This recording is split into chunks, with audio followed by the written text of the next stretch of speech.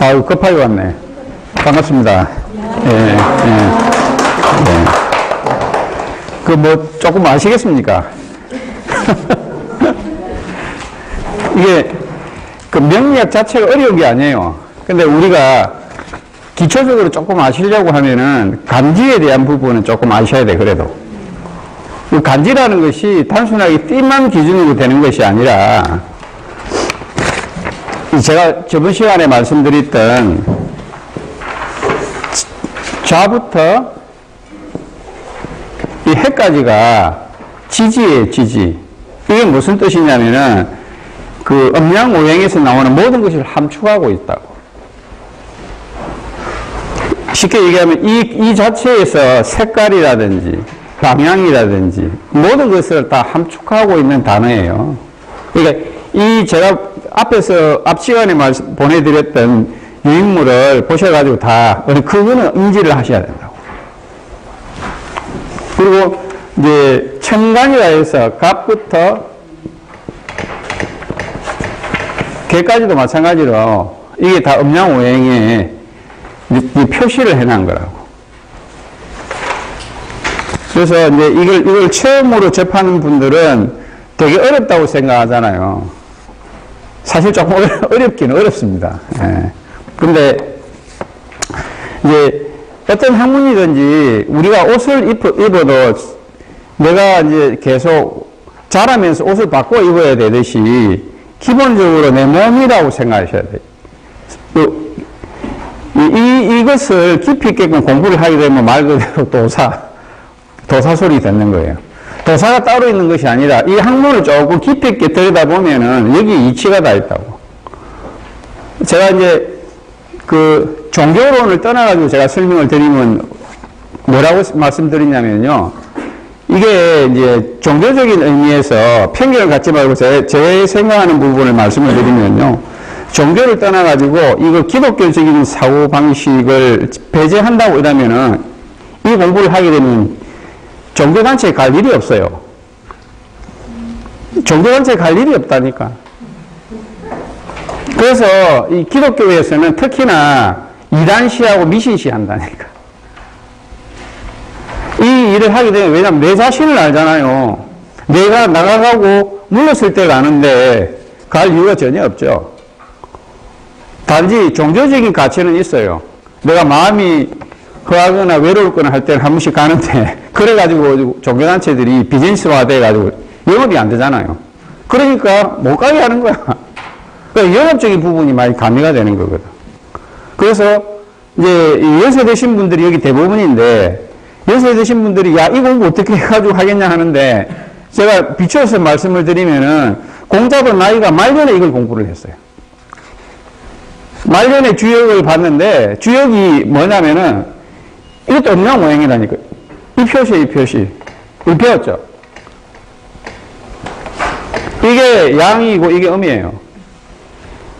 이 문자만 가지고 표시되어 있는 걸 봤는데, 이거를 2편 3절이라 해서 가죽권이 3번이나 접히고 활동을 했으니 한 만독을 했어요. 만독 이상을 해가지고 깨우쳤단 말이에요.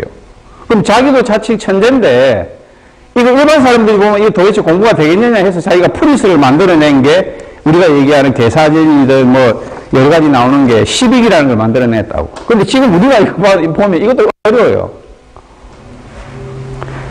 그러나 지금 현 시대는 그 시대 영역이라고 할 수 있는 인터넷이 발달이 되어 있잖아요. 웬만한 개념만 가지면 공부할 수 있어요. 모자라는 거는 이렇게 조사를 해서 보고, 아니면 모자라면 수업을 한두 번 정도 들으면은, 아니면은 이제 정규적으로 좀 관심이 있다 하면은 한 6개월이나 1년 정도 기초적인 것만 딱 보면은 자기가 웬만한 걸 구분을 해낼 수 있다고. 그래서 이런 부분들의 인자가 우리가 결국은 음양오행의 어떤 논리에 의해서 벗어날 수는 없다고. 왜 그러냐면 남자와 여자는 이 세상의 전부잖아요. 거기에서 벌어지는 일들이라니까. 그래서 팔자를 딱 들여다보면 이 사람 팔자가 좋니 안 좋니는 딱 들여다보는 순간에 바로 안다니까. 몇 초 안 걸려요. 근데 이제 이거를 여기까지 다가올 때까지 시간이 좀 걸려서 그렇지, 이거를 좀 착실하게 생각을 하고 이해를 좀 보면서 하게 되면 이게 또 재미있다고. 한번 빠지면 못 벗어나요.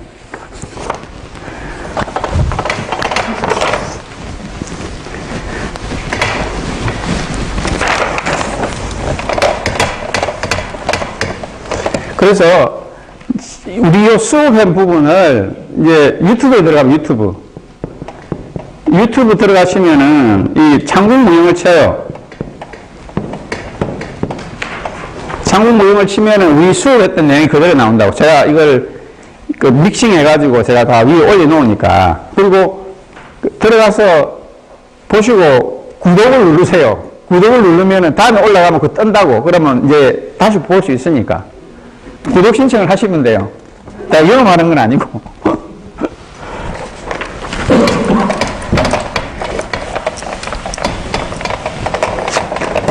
그래서 이제 한 번 더 제가 정리를 할게요. 우리가 이 글자가 12글자는 결국 봄, 여름, 가을, 겨울을 표시한 거예요. 왜 그러냐면은, 자, 우리가 첫 시간에 배웠던 인묘지는 합쳐서 봄이에요, 봄. 이 봄을 뜻하는 거라고.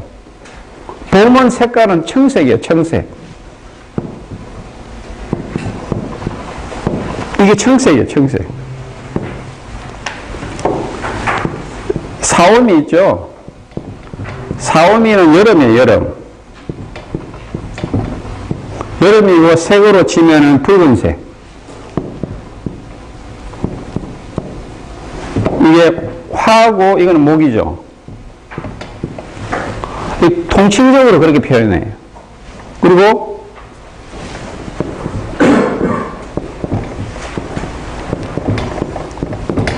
식물술은 가을이고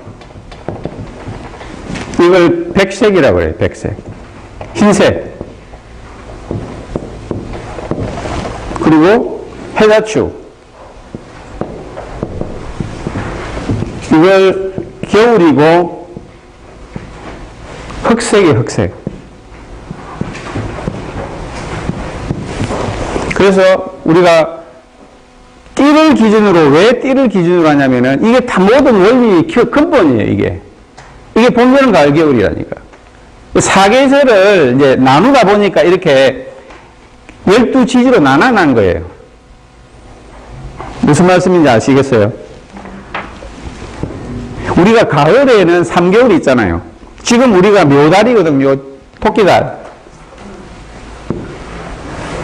이 묘월이에요, 묘월. 그 만물이 소생하거든요. 그래서 천문학에서는 1년의 시작을 춘분을 기점으로 놔요. 각도를 춘분을 기점으로 놓고 간다고. 그러면은 제가 말씀드린 이 부분이 봄, 여름, 가을, 겨울이잖아요. 그죠? 제가 계절과 시간을 말씀을 드렸죠. 그러면 우리가 생각하는 시간이라는 건 존재합니까? 시간은 존재해요. 그러니까, 딱 좋은 말씀. 그러면 시간이라는 게 존재해요. 네? 존재해요. 시간이라는 거 어떻게 생각하세요? 시간이라는 건 존재하지 않아요. 시간이라는 것은 인간이 임의로 구분시켜놓은 거예요. 우리가 시계 가지고 있죠.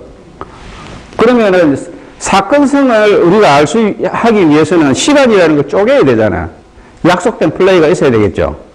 그거를 서양에서는 별자리를 보고 했고 동양에서는 문자로 만들어 난 거야. 그러면 사건이라는 것은 어떤 그 흐름이라든지 기생성들이 나오죠. 그 쉽게 얘기하면 우리가 움직일 수 있는 시간을 낮이라 하고 안 움직이는 시간을 밤이라고 했을 때 그게 음양이라고. 시간은 우리 인간이 인위적으로 구분해낸 거라. 쪼개낸 거라니까. 그 쪼개낸 것을 우리가 동양에서는 간지로 만들어 놨어요.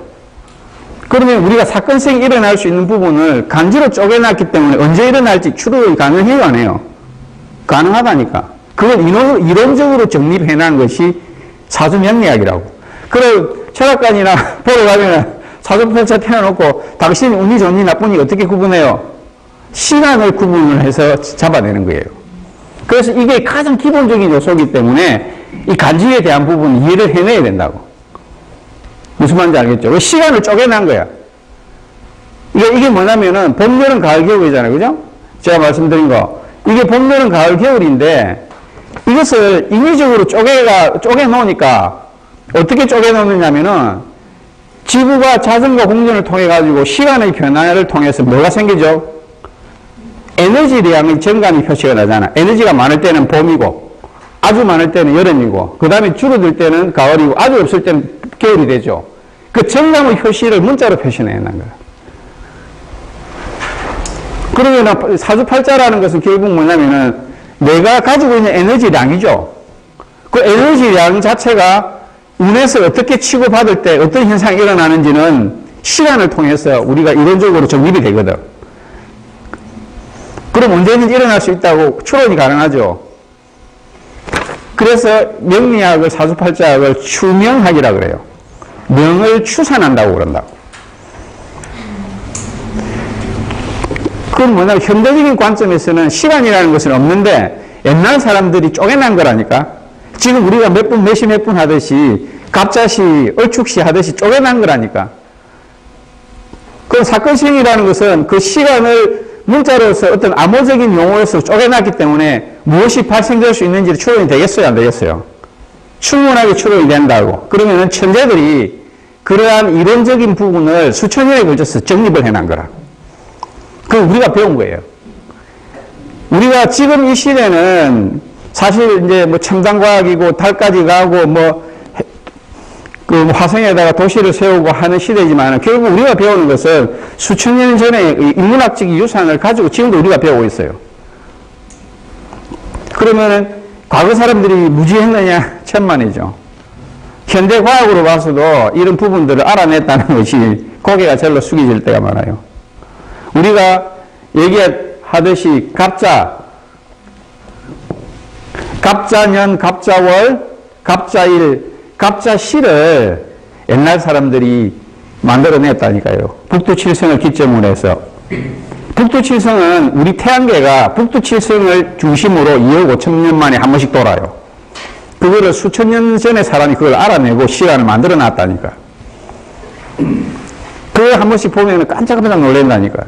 어떻게 이것을 추론을 하게 가능을 해놨는지에 대한 부분들이 하나하나 보면은 이게 결국은 그때 당시에 바라보는 그 천문학적인 소양이 일반 사람들의 생각을 넘어서는 어떤 선지자적인 지식이 있었기 때문에 가능하고, 제가 첫 시간에 말씀드렸다시피 이 명리학을 공부한다는 것은 3대의 적성이 없으면 공부를 할 수 없고 접할 수가 잘 없어요.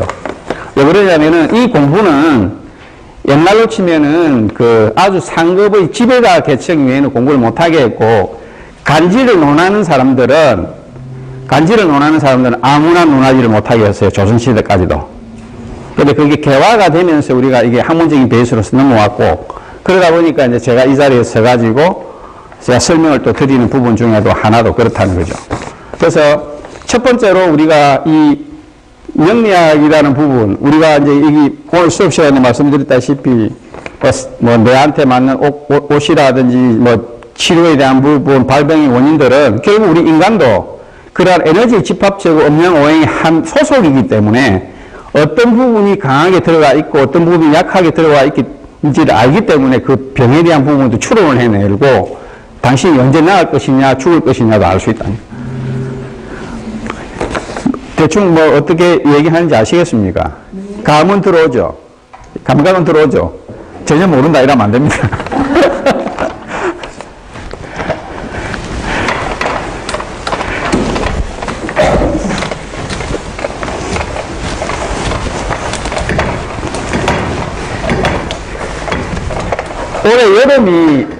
올해 여름이 덥겠습니까? 춥겠습니까? 보통이겠습니까? 여름은 기본적으로 덥죠? 그건 어차피 우리가 그 공전을 통해서 에너지 양을 많이 받는 쪽으로 들어가니까 그러는데, 실제로 태양과 지구와의 거리가 여름에 최고 짧아요. 근데 우리가 받는 북반구의 면적이 넓어요. 태양 복사량을 받는 면적이 넓기 때문에 더운 거죠. 제가 이제 천간에 대한 부분은 갑, 을, 병, 정,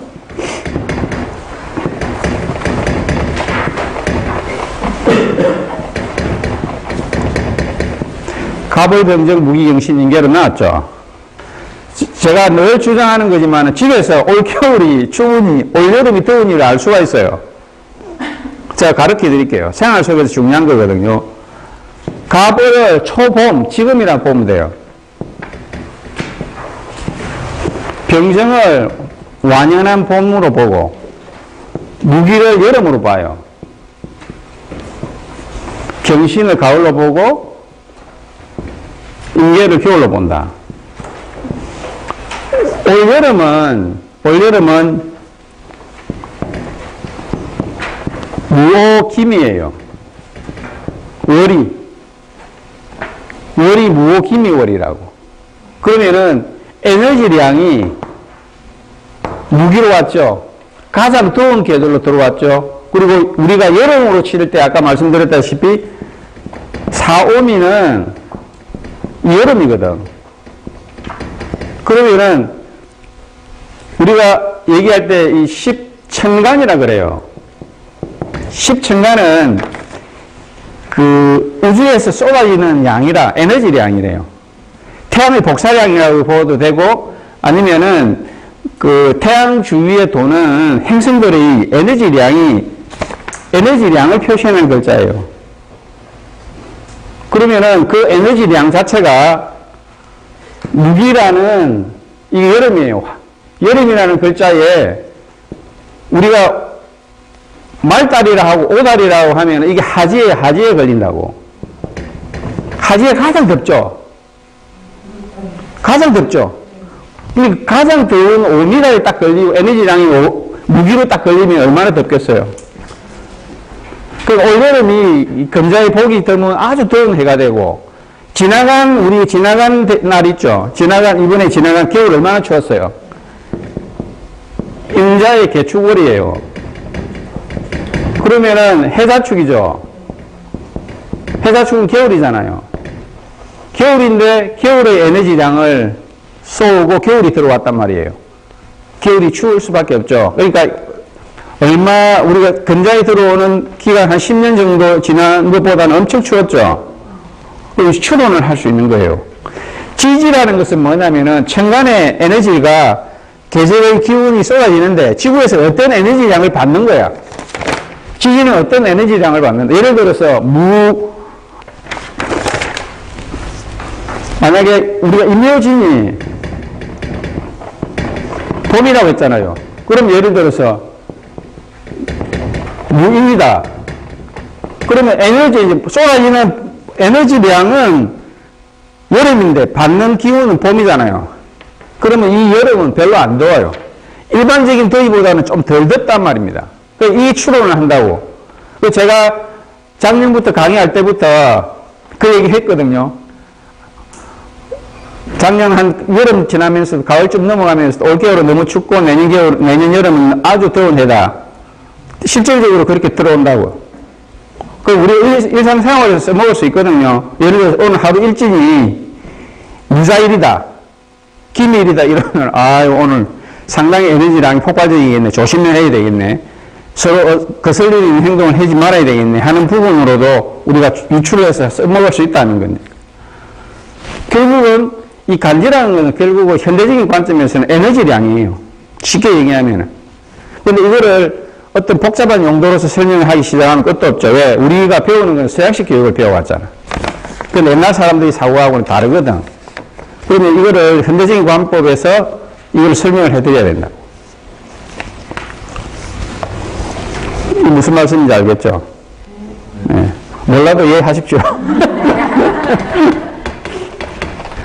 그래서 오늘은 이제 간지에 대한 부분을 말씀드렸고, 자료적인 부분이나 공부를 좀 더 하신 분들은 제 블로그가 있어요. 네이버 블로그에 보면은 철판신수 신수해가지고 내 안의 나를 찾았어. 요거 치면은 제 블로그에 자료들이 많이 조금 이제 하고 있어요. 그러면 거기서 제가 같이 공부를 하셔도 돼요. 궁금한 점 있으면 보내주시면 제가 답장은 성실하게 해드리고. 네. 안 그러면은 이제 제 이름, 제 닉네임 창공무용을 치도 돼요. 그러면은 그 네이버 블로그에 그대로 들어가니까.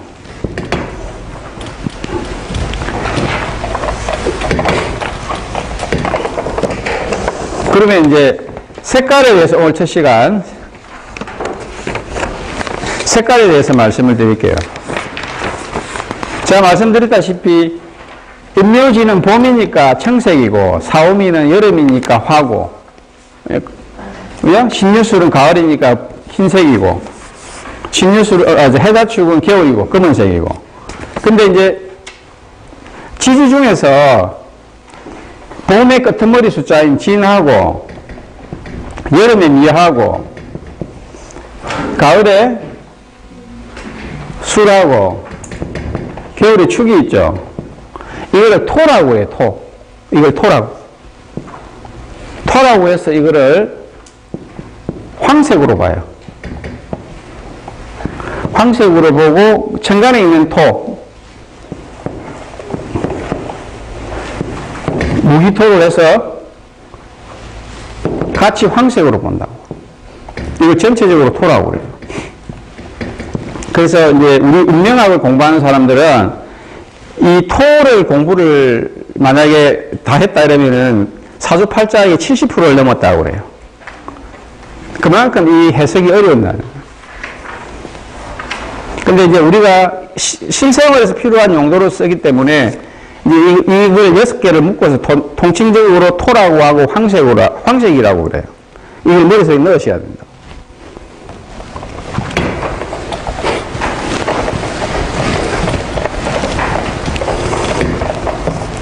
그러면 이제 어떤 변화의 작용이라는 것은 처음이 있을 것이며 처음에서 아주 최고점을 칠 때가 있죠. 그리고 마무리가 있다고. 그래서 우리가 이게 명리학적 용어로 치면은 삼합이라고 해요. 삼합. 그러니까 홍탁이라든 이런 삼합 말고요. 명리학 쪽에서 얘기하는 삼합. 예? 삼합. 삼합이라는 것이 있는데 예를 들어서 이게 처음에 설명했던 사계절의 용도하고 달라요. 이거는 운동성의 삼합이라고. 이것도 4가지 작용이 있어요. 예를 들어서 인, 호랑이 인자, 인, 그 다음에 오, 술은 여기 적혀있는 용도가 다 돼 있어요. 여기 보면은 생년해가지고 사유축 이렇게 적어놨죠. 표시에. 인호수라고 되어 있죠. 이것을 우리가 화로 봐요. 화로 보고 이걸 적색으로 봐요. 그리고 사, 유, 축 이걸 금으로 봐요. 금으로 보고 흰색. 그리고 해, 묘, 미 이걸 목으로 본다고요. 그리고 이거를 청색. 그리고 신, 자, 진 이거를 수로 본다고요. 수로 이걸 흑색으로 가요.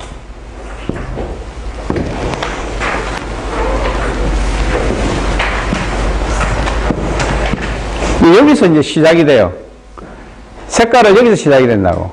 우리가 공부를 하면서 인묘지, 사오미, 신유술, 해자축은 하나의 집합지기 모양으로서의 봄, 여름, 가을로, 겨울로 생각을 한다면 이 운동적인 부분, 띠로서 나눌 때, 이 띠의 띠, 생년지, 내가 태어난 띠로 봤을 때 색깔을 구분을 여기서 해요. 예를 들어서 호랑이띠 한번 들어보세요. 여자분 중에 호랑이띠. 말띠. 네, 말띠. 그 다음에 개띠. 예, 호랑이, 말, 개띠는 같은 그룹이에요. 같은 그룹이기 때문에 성향이 비슷해요. 자기가 생각하는 부분하고 묘하게 교집합이 잘 맞아요. 그래서 우리가 띠궁합을 나눌 때 4살짜리는 보지도 묻지도 말자고 한 게 이 사이가 4개의 사이예요. 무슨 말인지 알겠죠? 그래서 성향이 비슷해요. 4살 차이는 같은 그룹이니까 색깔이 생각하는 거나 어떤 사고방식이 거의 비슷한 부분으로 동질감을 많이 느끼죠. 우리가 남이가 이런 식으로도 잘 어울린다니까. 그러면은 팔자에서 인호술띠가 있다. 인호술은 뭡니까? 적색이죠. 그러면은 여기에 색깔의 구분은 여기에 있는 중심점을 놓고 결정을 해야 해요. 왜냐면은 이게 하지예요, 하지.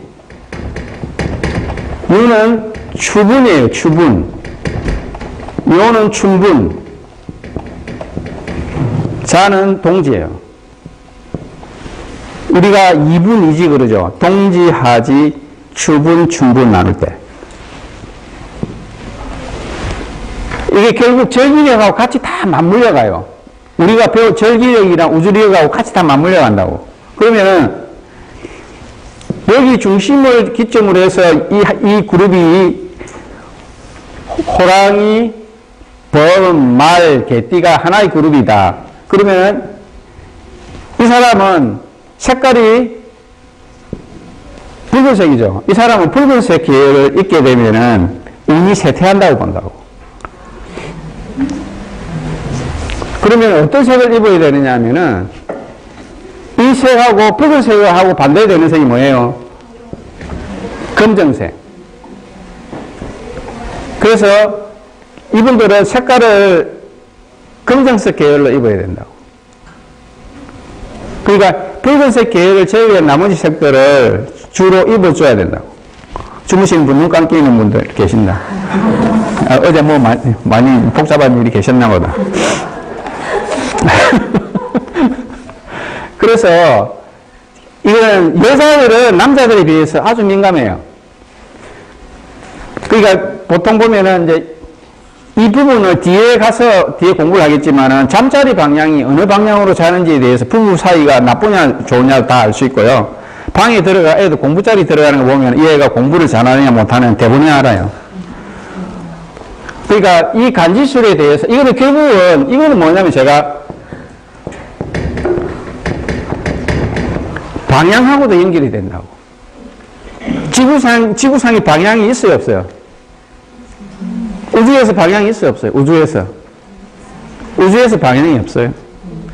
우주에 동서남북이라는 건 존재할 수가 없어요. 아무도 몰라요. 어떻게 알아요?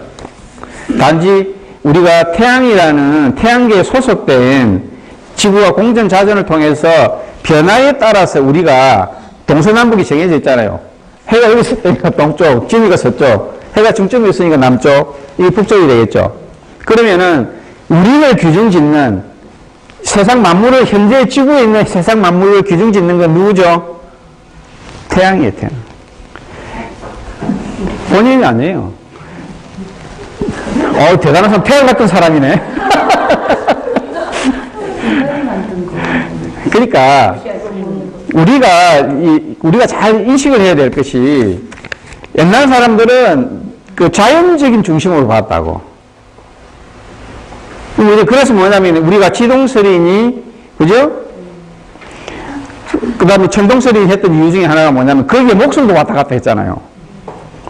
되게 중요한 관점이라니까. 이것이 결국 종교론하고 같이 연결이 돼요.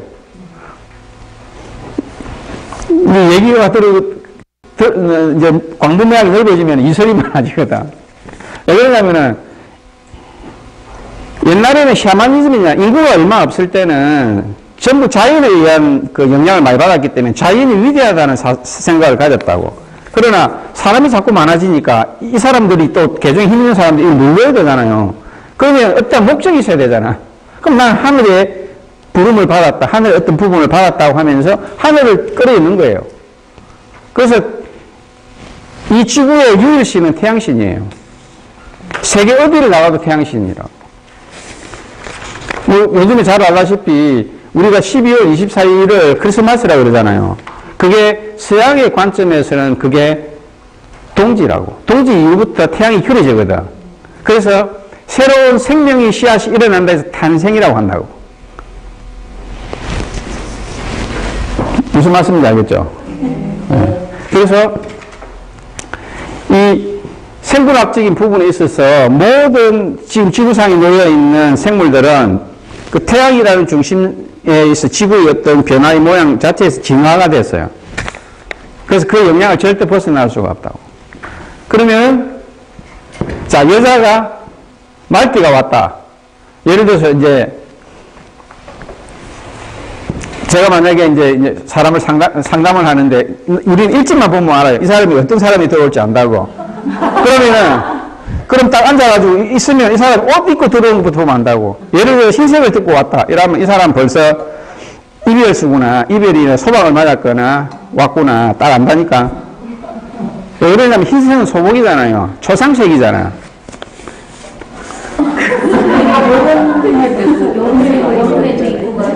네? 결혼할 때 흰 여신들은? 결혼할 때 이런 부분은 예외고. 그러니까 사람이 그러니까 철학관이라든지 아니면 상담을 하러 갈 때는 두 가지잖아요. 아주 안 좋거나 아주 좋거나. 근데 보통 제가 일진에 대한 부분을 추론할 수 있는 건 뭐냐면 이런 근거에 의해서. 그죠? 오늘 신해잖아, 신해. 신해니까 오늘 온 사람들은 넉넉한 사람들이란 말이야. 우리가 해시면은 뭐예요? 시간으로 해시란 말이지. 해시면 9시부터 11시란 말이죠. 9시부터 11시면은 밥 먹고, 디저트 먹고, 탱자탱자 하면서 TV 보면은, 정말 안 돼, 이러잖아. 그러면 이 사람은 유해한 사람이야. 생각 자체가 유해하게 들어왔기 때문에 유해한 사람이라고. 그러니까, 그러면은 이제 이 뭐냐면 내가 이 넉넉한 상태에서 비판적인 부분이나 비난적인 부분을 생각을 해서, 뭐 또 다른 거 없나고 생각하는 시점이라니까. 그럼 오늘 이 사람이 이 날에 들어왔다 이러면 기본적으로 남자, 여자에 따라 구분이 달라요.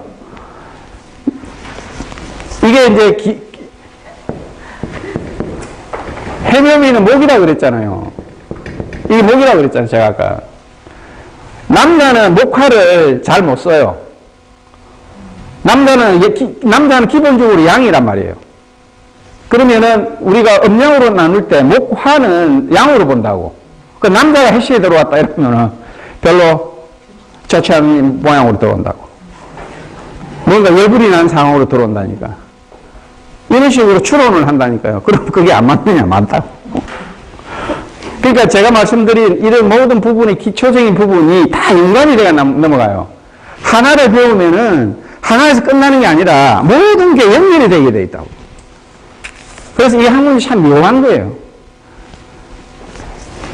자, 그러면은, 인호술에서 이분이 말띠가 왔다. 말띠 되는 사람, 인호술 계도에 왔는 사람들은 대체적으로 붉은색 계열은 삼가하는 게 좋겠죠. 그 여자들은 특히나 민감하죠. 남자들도 운이 나쁠 때는 꼭 인색, 그리고 선을 보러 간다든지 했을 때 꼭 인색 입고 가거든. 그럼 되겠습니까? 안 되거든. 그래서 우리가 그날 일진이라든지 띠에봐 빗대어가지고 색깔을 잘 입고 나가야 돼. 그래서 아주 민감하다니까. 근데 중요한 어떤 결정이 될 때는 안 되는 날에는 딱 이 색깔을 입고 나간다니까. 계열을. 그래서 안 돼요. 왜 안 되지? 이런다고. 벌써 기운 자체가 안 되게끔 나가거든, 자기가. 그럼 자, 사유축은 흰색이죠. 여기서 중점적으로 봐야 될 게 사유축이에요, 사유축. 사유축은 뱀띠, 닭띠, 소띠죠. 뱀띠, 닭띠, 소띠, 뱀, 닭, 소. 그렇죠. 이분들은 이게 유가 흰색이에요. 흰색을 입으면 안 되거든요. 근데 우리나라는 백의 민족이에요. 백의 민족이기 때문에 한 단계 넘어서 축이면은 검은색을 입으면 안 돼요. 사유축은 검은색 계열, 그러니까 운세가 하락이죠. 운세가 하락이죠. 그죠? 운세가 하락이 되면은 자기도 모르게 한 5년이나 10년 전부터 그 색깔을 입는다니까. 잘 생각하시면은 옷이 패턴이 있어요. 어떨 때는 푸른색 계열을 계속 몇 년 입다가 어떤 경우에는 붉은색 입고 어떤 경우에는 검은색 입고 어떤 경우는 흰색만 입는다고. 잘 생각해 보시라니까 여자분들은. 운세가 딱 기울 때는 색깔이 죽음의 색으로 넘어가는 거예요. 안 되는 운세 하락의 색으로 넘어가는 거예요. 네. 그러면 예를 들어서 아까 이호랑이 말띠가 붉은색이 안 좋다고 하셨잖아요. 네. 그러면 붉은색 옷을 입고 검정색 자켓을 입는다든가 그렇게 믹스해서 주로 여자들은 겉옷 있죠, 겉옷. 상의를 많이 따져요. 상의를. 상의를 많이 따진다고.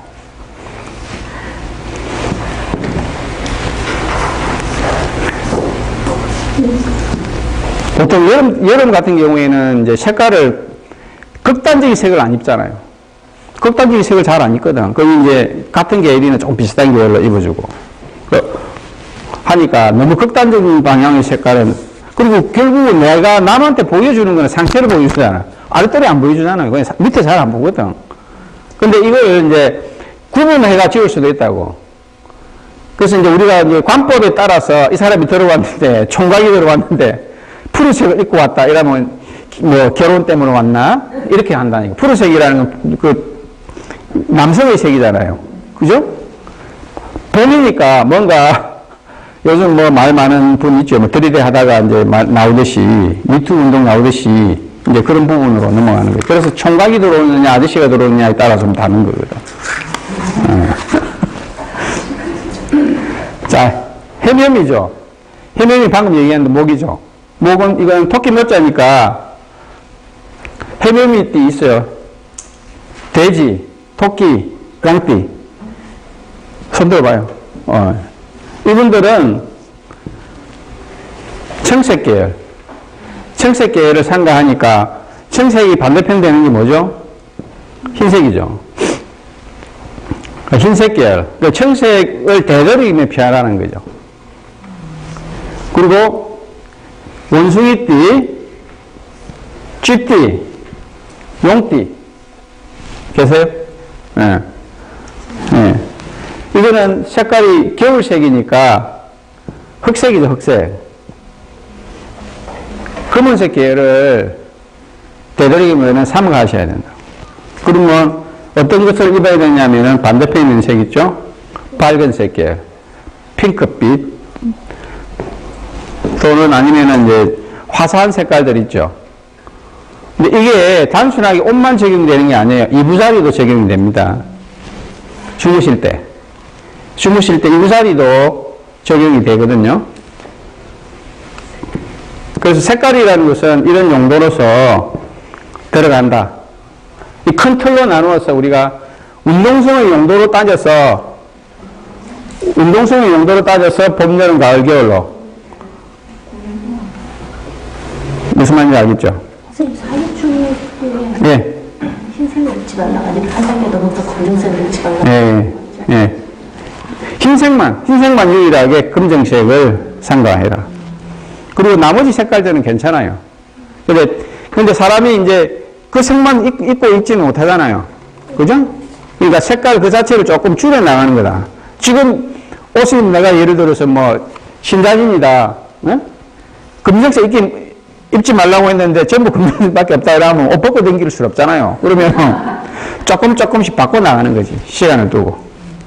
근데 아주 중요한 자리 나갈 때는 내가 피해야 되는 색은 반드시 피해야 돼요. 중요한 자리 나갈 때는. 그리고 잠자리라든지 이불 같은 거 덮을 때도 색깔 되게 중요합니다. 근데 남자들은 사실 큰 영향은 없어요. 근데 운세가 하락되는 부분에 있어서는 꼭 그 색깔을 추구를 한다니까. 근데 그럼으로써 남자도 결국 그 안에 범주 안에 들어가는 거예요. 그래서 제가 말씀드렸다시피 이 간지라는 것은 단순하게 띠만 가지고 움직이는 게 아닙니다. 띠를 가지고 띠 안에 들어있는 근본적인 색깔이 있고, 그리고 운동성에 따른 색깔이 있다고. 그러면은 그 운동성에 따른 이 삼합의 궤도에 따른 색깔을 우리가 잘 구분을 해 따져나가야 된다. 그리고 어린애들도 마찬가지예요. 어린애들도 반드시 그런 부분을 깊이 있게끔 생각을 하면서 애들 입혀줘야 된다. 이런 부분들은 제가 자료를 통해 가지고 제 개인 블로그에도 올려놓으니까 그걸 한번 읽어보시면 충분히 도움이 되실 거예요.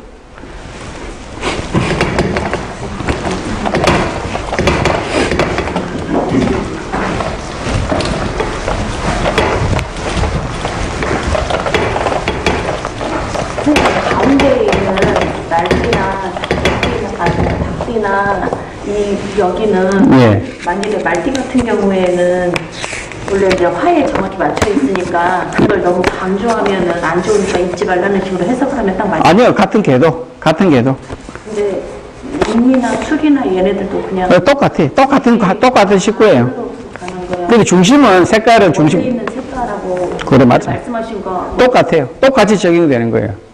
삼합이라 그러잖아요. 우리가 홍만 못 먹잖아요. 김치도 먹어야 되고 막걸리도 먹어야 되고 하듯이 하나에 어울리는 부분이라고 생각하셔야 돼요. 인이 원래 봄이고 청색이니까 그런 건 안 따지고요. 네, 그냥 같은 궤도로 따져요. 네. 그래서 이제 제가 정리를 할게요.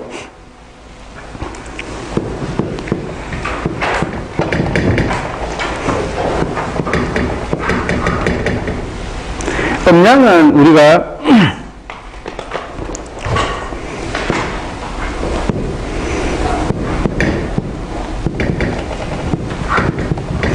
쉽게 얘기하면은 음은 달이고 그리고 양은 태양이라고 생각하시면 돼요. 큰 자연적인 관점에서. 왜 그러냐면은 우리가 태양만 있었어도 살 수가 없고 달만 있었어도 살 수가 없어요. 그러니까 가장 근원적인 부분은 운동성은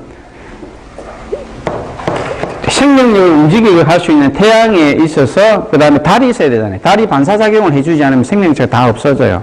그래서 큰 틀에서 음양은 우리가 태양과 달의 작용력인데 그 작용력이 지구상에 어떤 모양으로 나타나느냐 오행으로 나타난다. 오행으로 목, 화, 토, 금수. 그래서 이 목화토금수의 운동성을 제가 기호로서 설명을 드리면은 이게 목이거든요. 화는 펼쳐지는 거예요. 여름이 확 펼쳐지잖아요. 만물이 펼쳐지잖아요. 그리고 토는 중화작용이에요. 모으는 작용이에요. 이렇게. 우리가 이거 땅을 모든 걸 품잖아요. 그 토기가 만약에 팔자에 없으면은 극단으로 갑니다.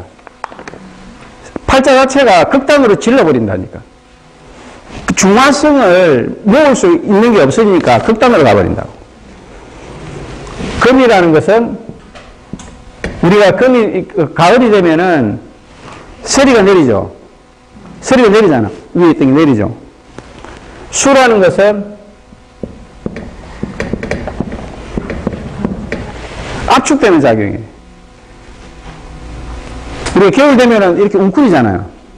추워서 웅크리잖아요. 이 겨울이라는 모양이라고. 이 운동성이에요.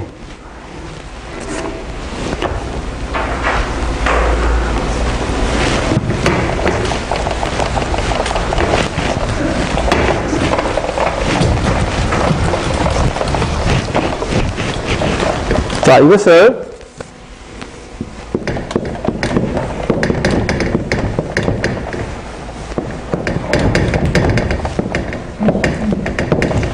이제 우리가 간지적으로 천간을 갑, 을, 병정, 무기, 경신, 임계로 나누고 지지로서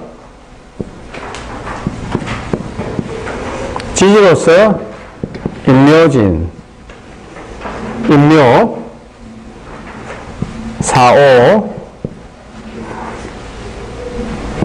신유,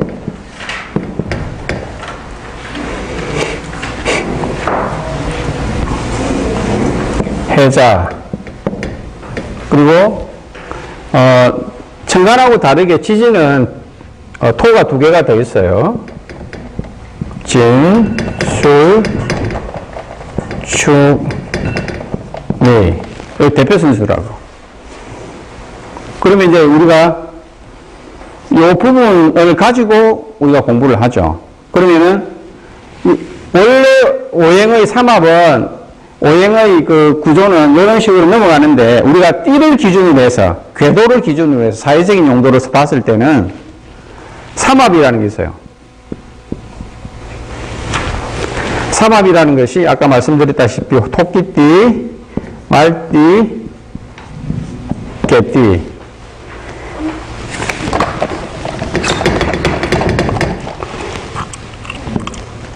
해, 묘미,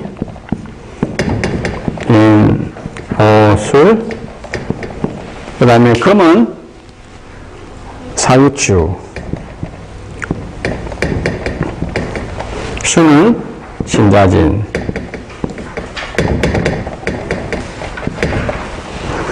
이렇게 이제 우리가 나눠진다. 지금 제가 설명하는 것이 우리 운명학에서 바라보는 가장 기본적이고 중요하고 여기에서 끝이에요, 사실. 여기에서 이제 파생적으로 이론만 공부하면은 명리학이라는 것은 깊이 있게끔 들어갈 수 있다.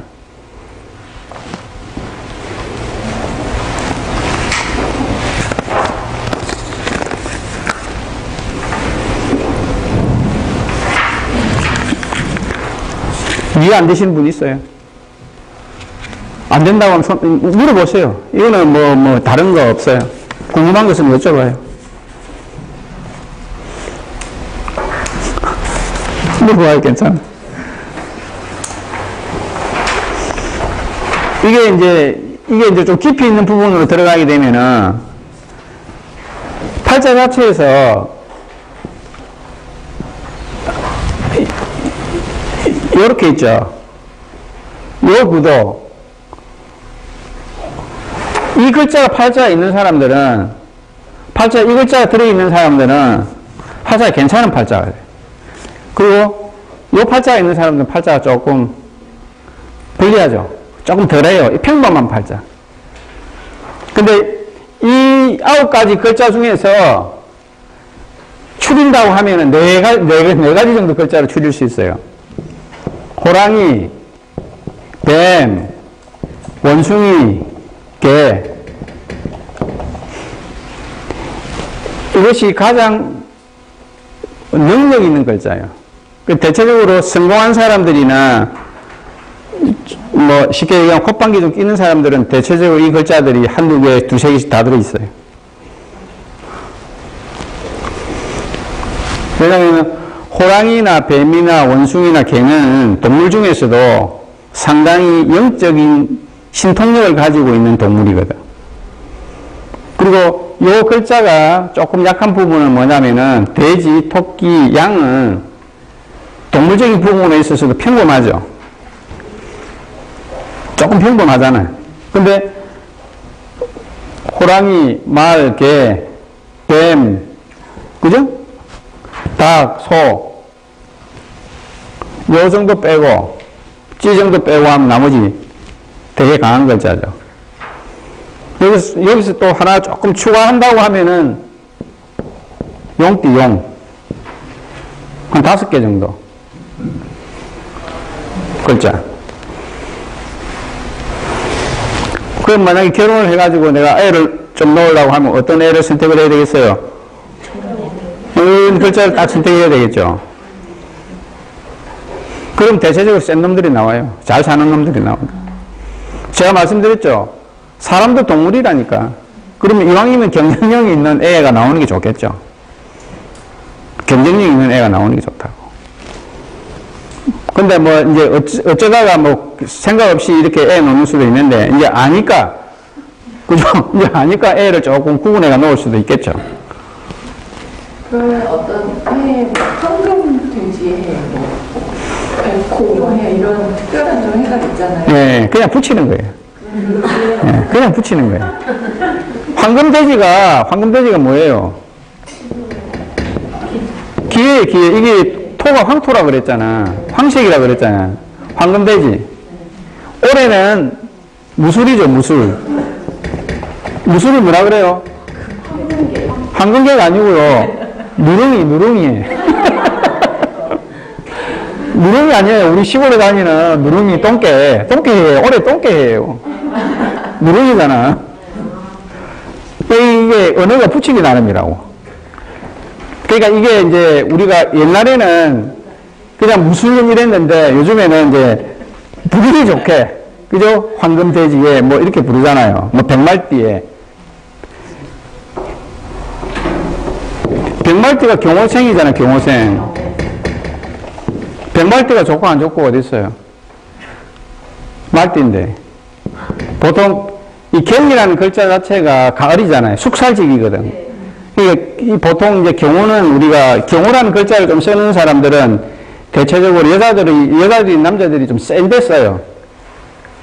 군인이라든지 말 자체가 역마성이잖아요. 그래서 그 군인, 검찰, 경찰 또는 역마성, 그 이동성이 있는 직업 이런 쪽으로도 많이 쓰는 겁니다. 활동적인 사람은 맞아요. 이 자체가. 그리고 활동적이면은 부지런히 움직이겠죠. 그 사람들이 태어나는 게 이런 그 띠적인 영향은 많이 받는다고. 왜 그러냐면은 우리가 띠는 연이잖아요. 우리가 연, 월, 일, 시거든. 그러면은 우리가 봤을 때 그릇으로 봤을 때 이게 연이에요, 연. 이게 월이에요. 그 다음에 여기 일이죠. 이게 시라고. 연 안에 다 담겨 있잖아요. 근데 담겨 있는데 시, 일, 월, 연으로 해가지고 끊임수로와 교차작용이 일어나는 거야. 팔자를 분석하는 여러 가지 이론들이 있는데 이 팔자라는 글자 자체가 나라니까. 뭐냐면은 팔자라는 부분은 내가 타고난 설계도예요. 내 인생의 설계도라고. 실제로 팔자를 보면은 그 선천적인 부분이 있어요. 팔자는 안 변해요. 그 유사하게 살아가요. 그 틀에서 안 벗어난다고. 그 틀에서 벗어나는 경우가 있어요. 한 10년 정도 노력하면 돼요. 왜냐면은 내가 살아온 삶의 패턴을 완전히 바꾸기 위해서는 다 없애야 되죠. 새롭게 변신하기 위해서는 10년 정도 노력해야 돼요. 그건 제 이론이에요. 10년 정도 노력하지 않으면 절대 안 바뀌어요. 왜냐하면 내가 살아온 삶, 전생에서 받은 어떤 인자가 내 현생에서 바꿔주려고 하면은 뼈를 깎고 피를 토하는 심정으로 그걸 안 바꾸면 안 바뀐다니까. 바뀌지는 것도 한 5년 정도 넘어갔을 때 조금씩 바뀌기 시작해. 10년 정도 됐을 때 상대방이 봤을 때 아, 저 사람이 좀 바뀌었네 이런다고. 그러면 삶이 바뀌어. 근데 그런 부분도 묘하게 그 팔자에도 털이 들어있죠. 그러니까 그런 부분이 아이러니가 좀 많아요. 조금 쉬었다 할게요.